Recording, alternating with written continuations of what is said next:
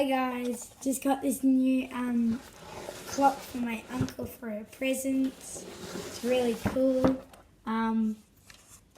Contains 168 pieces, level 3 out of 5.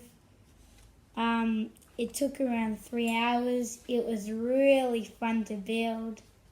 I needed a little help from my dad, otherwise I did it all by myself. There's a couple of moving things with gears.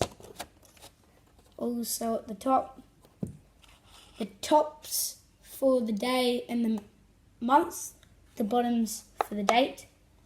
There's some art in the middle, the hour, the minute and the second hand.